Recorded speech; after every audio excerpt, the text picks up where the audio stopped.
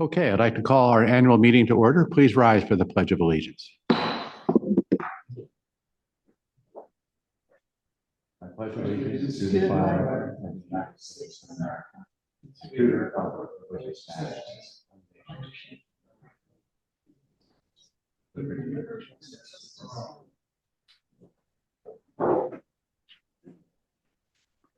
Okay, thank you. One of our members of our town council is away and won't be here tonight, Rich Brancato. Quinn Tran is on her way, will be a couple minutes late, but we will start. And I want to thank Debbie Spielberg, who's one of the candidates for District 1 County Council, being here tonight. Appreciate you joining us, Debbie. Thank you. The annual meeting goes by a prescribed format where I, as the mayor, will give a review of the events of the year. Then I will turn it over to our treasurer, Carla Colella, who will be speaking about the budget. And then there's an ordinance for us. There'll be a public hearing on the budget and then a vote. Good, Tran. Glad you could make it, Quinn. Good. There'll then be a vote on the budget for this coming fiscal year.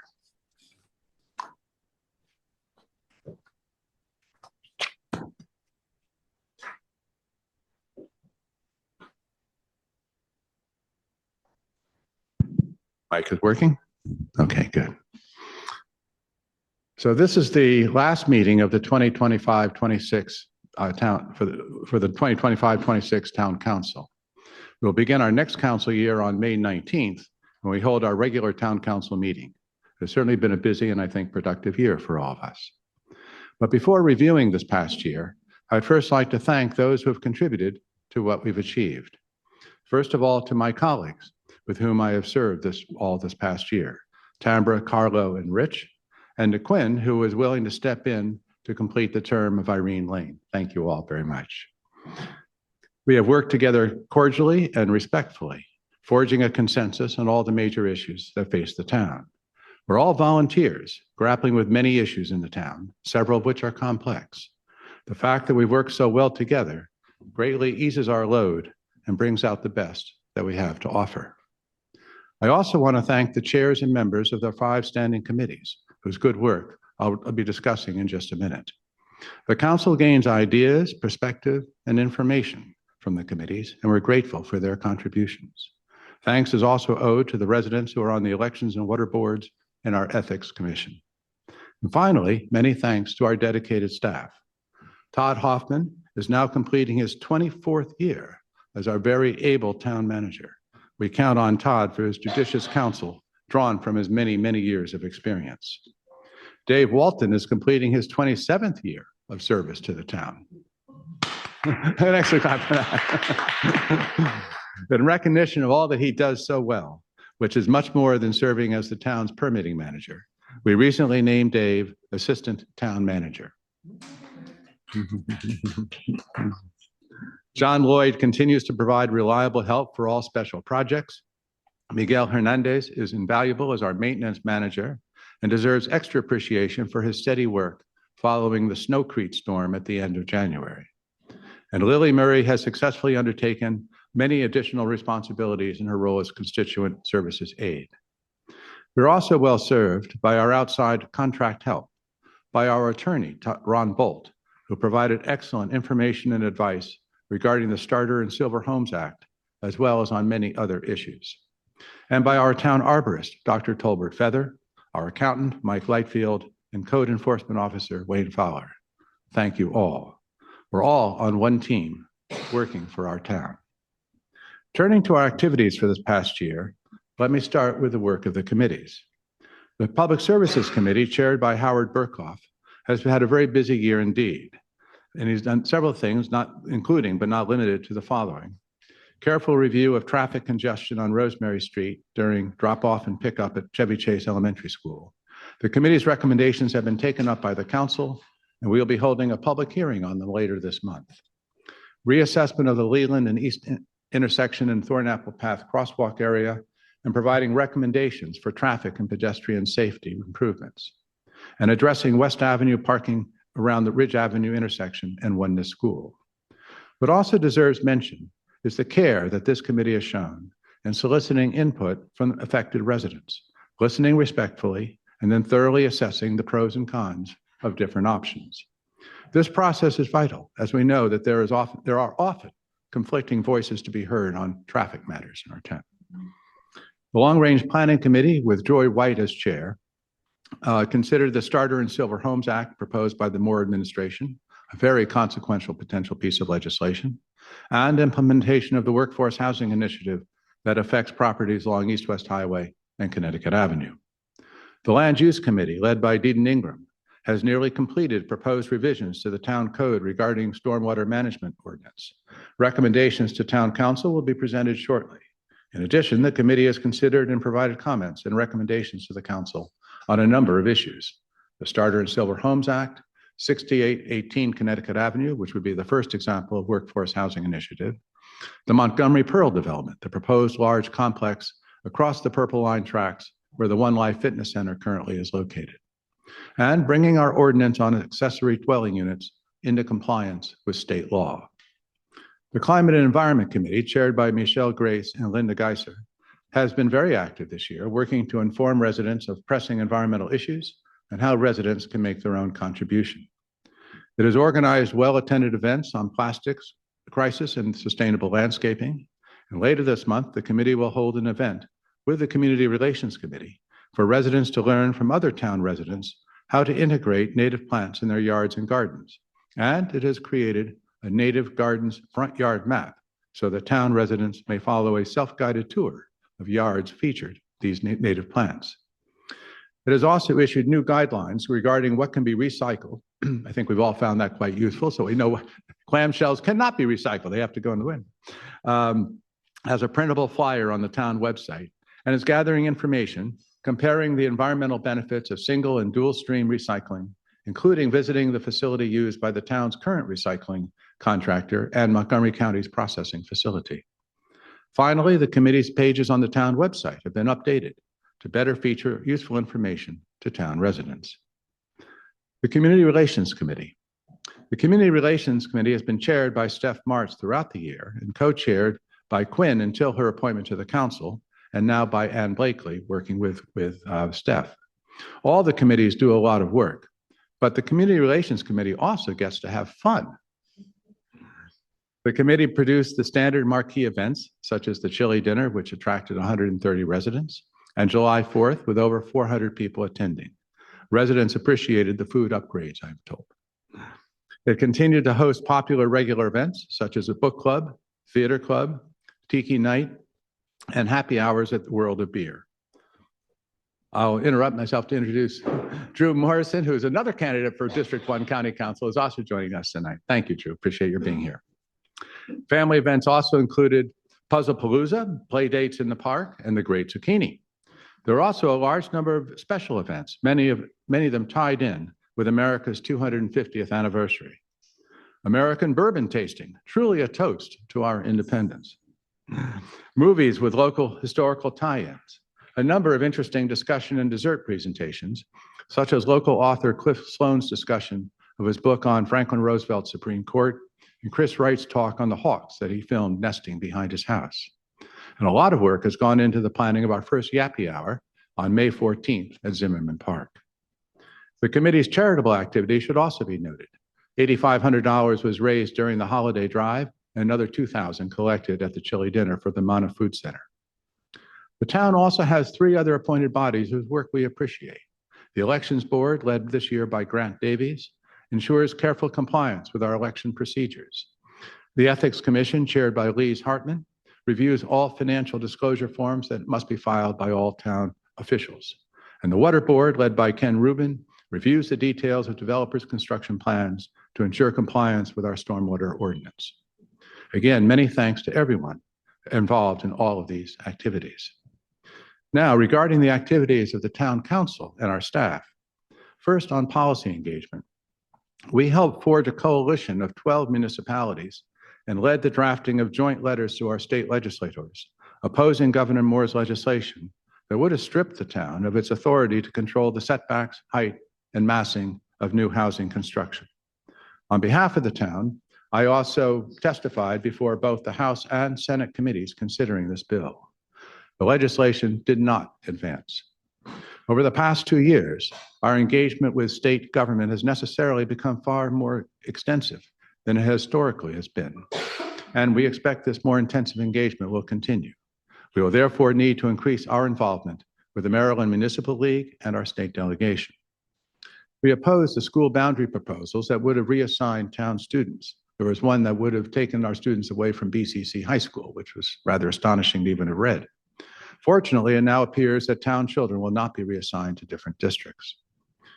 And we co-sponsored the county executive and council candidate forums with neighboring communities. Carla, many thanks for your joining the organizing committee for these important and successful forums.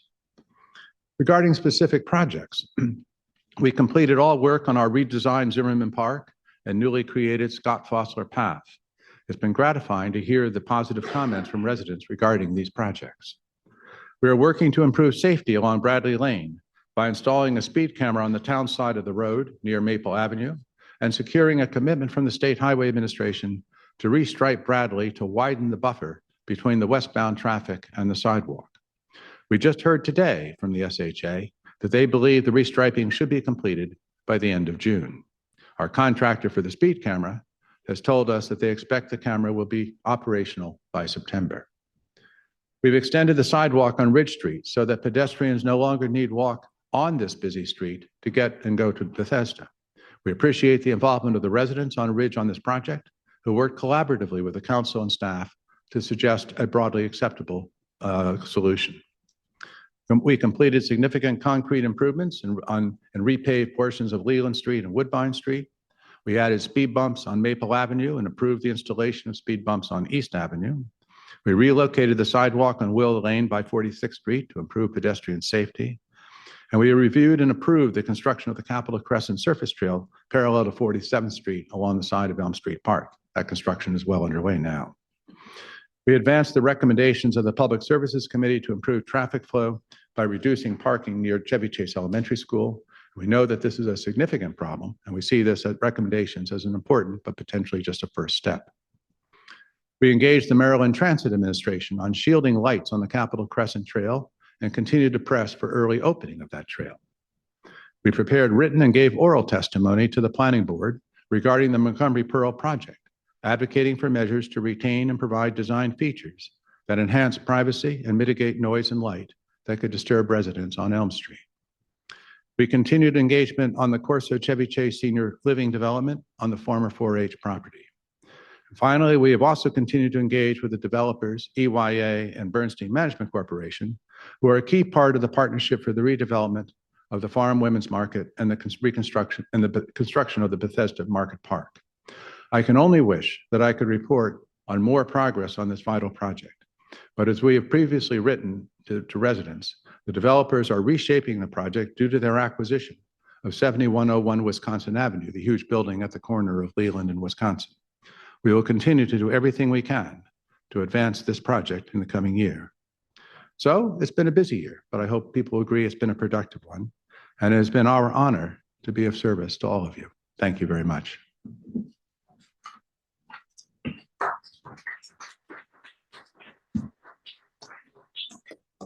And with that, Carla, you can talk about money. Thank you, Barney. And I'll start by just reminding folks that the proposed budget was introduced at an earlier meeting in the packet tonight.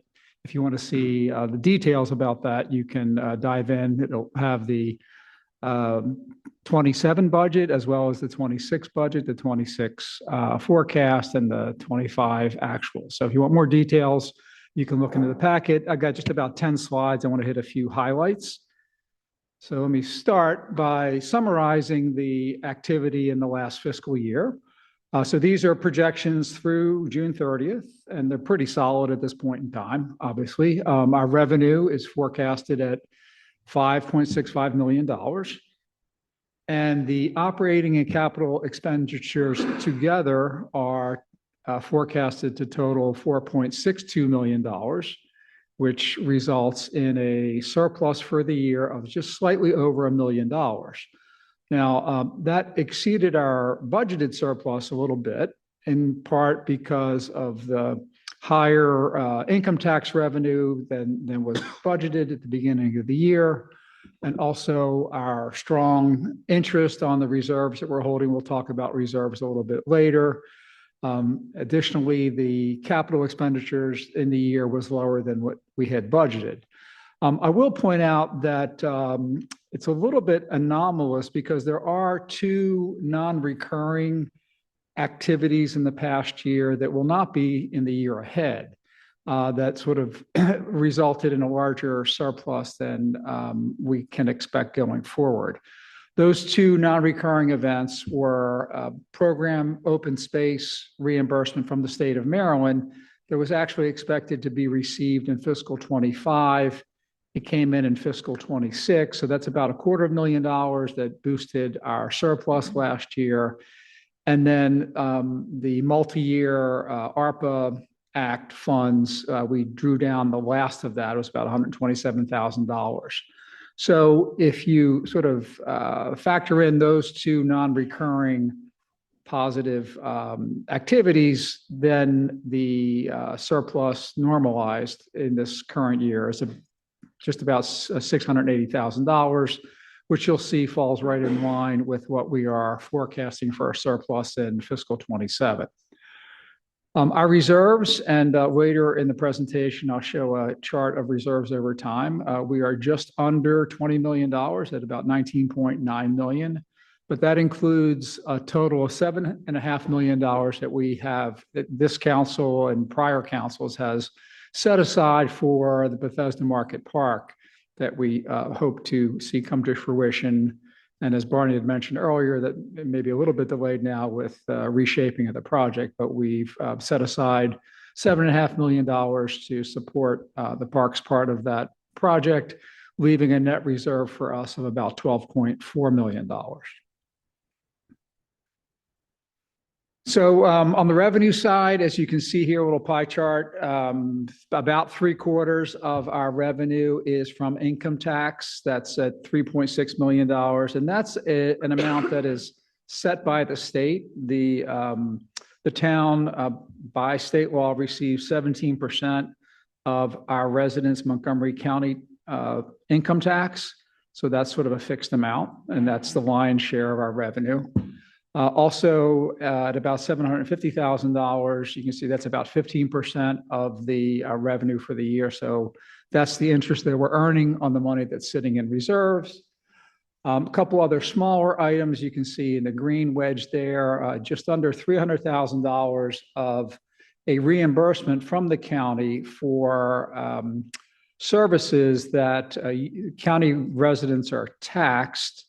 But because the town takes care of streets, this is a reimbursement that comes back to the town from the county. And in order to obtain that, we have a small real property tax, and there's a couple of charts later. I'll get into a little more detail there at about $133,000. So those are sort of the major revenue categories. And this is for FY27, amounts to $5.1 million approximately. I mentioned on the town property tax, you can see here, this is the tax rate over time. So we've got 15 years of tax rate. And as you can see, this amount has diminished over time. It is at, there's too many zeros there, so I'll just say for every $1 million of assessed value of one's home, it's about a $77 charge. We've lowered the rate each year to result in a constant yield for the town. And again, this is, as we understand it, part of what's required in order to get the reimbursement from the county. And we're proposing this year 0.77. And I think the total for all of our town property is amounts to $131,000 or $133,000. And as you can see from the following chart, compared to other nearby municipalities, we are very near the bottom, and substantially so. So, it's a relatively modest amount. You can see most of the municipalities charge more, and some quite a bit more. Then on the expense side, sort of two categories. This is the operating expense side of things. So just slightly over $4 million. And this is split over a number of categories. Salaries and benefits for our hardworking staff is at $1.143 million. Another significant item is public safety, where we contract with Montgomery County Police to provide safety services for the town. So that's just over $700,000. Our sanitation and waste removal contracts amount to about $858,000. And then you can see in the smaller wedges, operating expenses, so the routine expenses with parks and trees, for our professional services, for street and road maintenance, special programs, and other activities. People often ask, what are the contracts? And so here we've listed sort of the more significant ones. I mentioned police, trash and recycling together, tree maintenance, landscaping, leaf collection, which is obviously pretty seasonal, sidewalk, snow removal, and the composting collection. Excuse me, I just interrupt 1 second. This one is Julie Yang, another candidate for this. This one has just arrived. So just wanted to introduce you to. Okay. Thank you for joining us tonight, Julie. On the capital expenditure side, we're proposing to budget $430,000. And most of this is in the streets and sidewalk category, but also replacement of street signs and lighting, as well as investment in some tree planting and replacement, with a couple of modest categories for park improvements and facilities. So in summary, and again, the detail is in the packet for those who want to look at that. Our budgeted revenue for the year at 5.11, operating and capital expenditures combined amount to $4.44 million. That would forecast a surplus of $670,000. So adding that to our existing reserves, that would put us at $20.56 million in total reserves, and netting out the $7.5 million that we've committed to Bethesda Market Park would leave net reserves of about $13 million.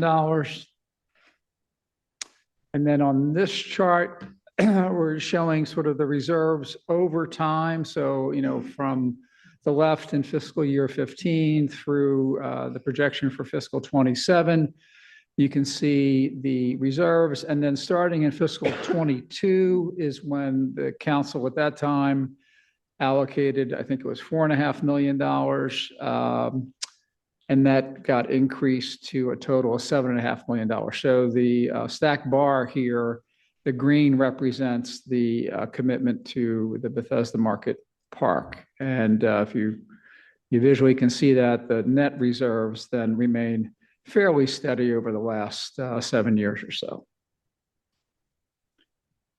And I think that completes my presentation, and I'll turn it back over to you. All right. Thank you very much, Carl. Very helpful and clear. With that, I will now open a public hearing on an ordinance to adopt the FY27 budget and tax rates. Is there anyone who wishes to speak on this topic this evening? I don't see anyone on the screen. Anybody? Is it possible to get a look at the package to see how the reserves are invested? Yeah. First of all, by anyone who wishes to make a statement, ask a question, please use the podium and ask the question so that we can record it properly. I'm just curious if it's possible to get a breakout or how the reserves are invested.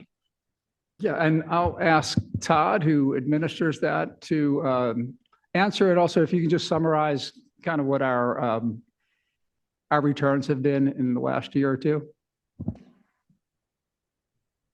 I don't know if I can do that on the fly. I can get more information for the resident who's asking, but I certainly, I know it's in treasury bills and other very secure instruments. And it's managed by the Montgomery County Department of Finance.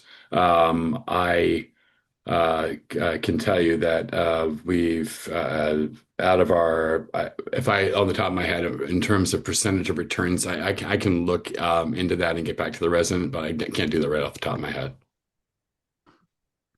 Thank you. I'll give the, Todd's correct. We have a very conservative view about investing the reserves of the town. It does not go into equities.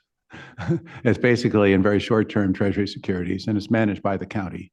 And that's where most municipalities put it because it's more efficient when you get a slightly higher return that way. So basically, it's what anybody would receive on relatively short-term government instruments. I would say in the range of 3.5% to 4%. Todd, is that a fair estimate? Sort of in that range right now? About 4%, yeah, 4.2%. For a long time, it was practically zero. It's only in the last 3 or 4 years since COVID that it's actually become material for us. I say currently it's around 3.5, 3.7. Yeah. Do you wish to ask another question or another statement? If so, please. My other question is, if a citizen wanted to be involved in the conversations about the reserves, how would one go about that? The easiest way is to send an email to the town office and one of us will respond to you. Thank you.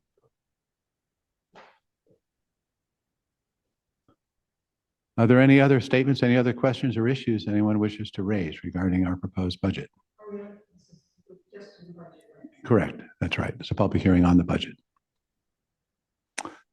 Okay, well then I'll close the public hearing. And my colleagues and I have the resolution that we need to pass, the whole number of whereases, but ultimately concluding and approving the budget. And I'd like to know if there is a motion to approve this. I move to approve the budget. Okay, is there a second? Okay, all in favor? All right, we are done. Great, thank you. That really does conclude our meeting, but Deborah, if you wish to make a comment, is there something else you wanted to raise with us? We're a small group here, so you're free to do that.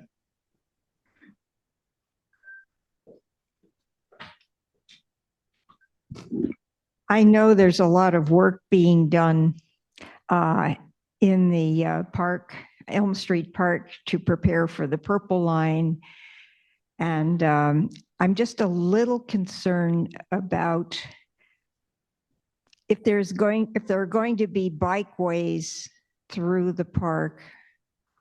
Maybe I don't understand exactly what's going on, but if there are going to be bikeways through the park, I'm concerned about keeping pedestrians safe, because there's a real difference between a bike, the speed of a bike, and someone who's walking. And I just wanted to raise that as a concern. I assume the town's looking at that issue, but I just want to be sure that they are. We are indeed. You are. Carla, do you want to answer that for Emma? Sure. I think it's a great point, because for many months, you see activity on plans, and we toiled over that in some great detail to make sure we thought it was safe.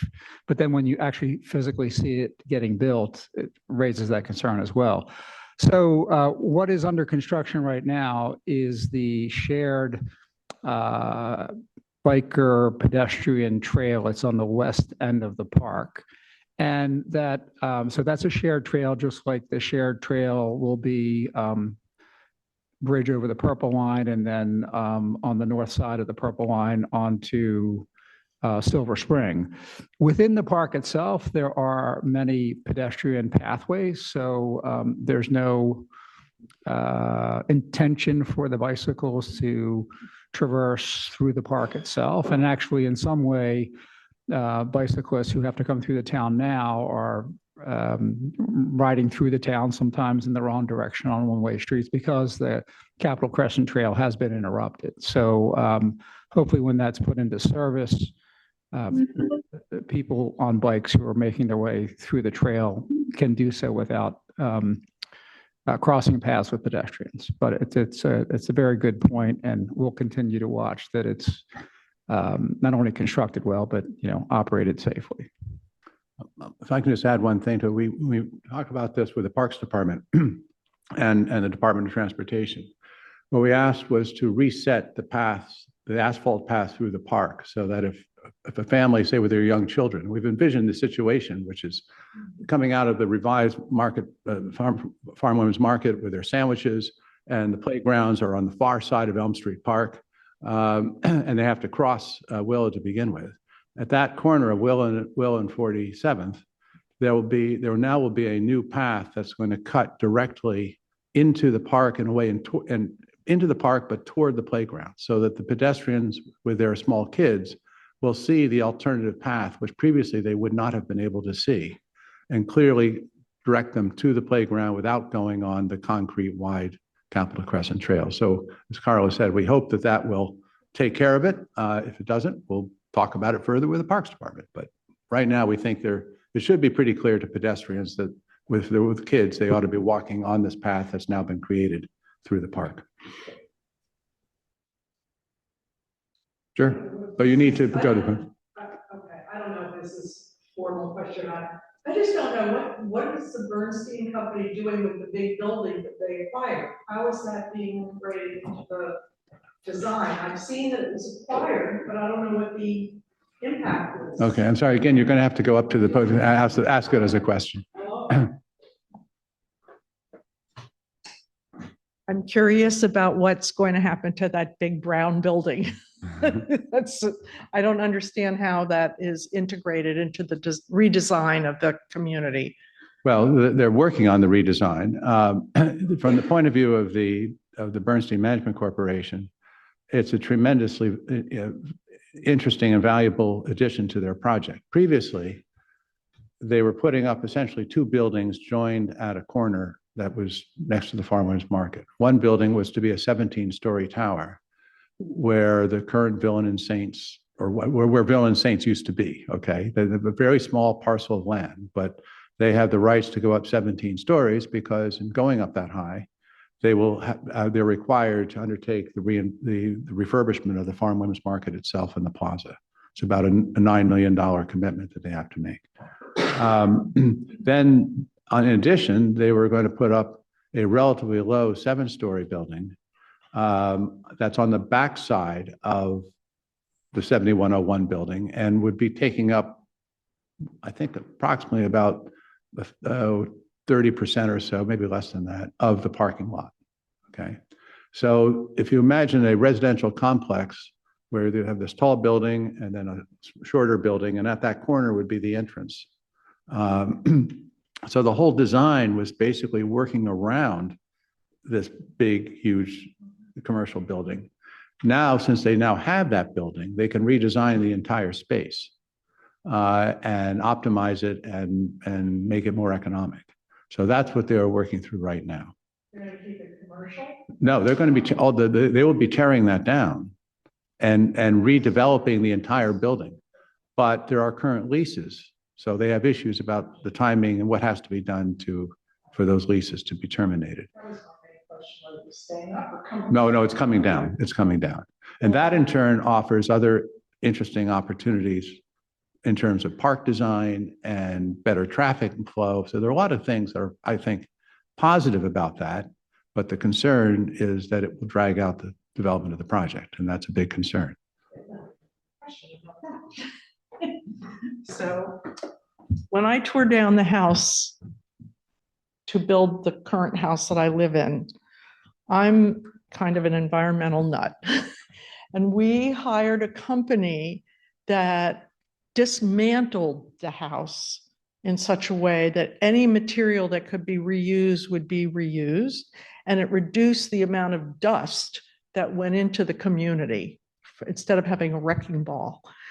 Do you know if there's any attention being given to how that building will be taken? I mean, obviously it has to be wrecked because it's so big as opposed to a little house, but still there are ways to repurpose materials and do things to reduce the dust that comes into the community, because having lived through all the construction and stuff, there's a lot. Well, the short answer, I have no idea. And I don't know if they've even begun thinking about the plans for how they would take down the building. I just don't know. Okay, because that is something that can be addressed in various ways. Yeah.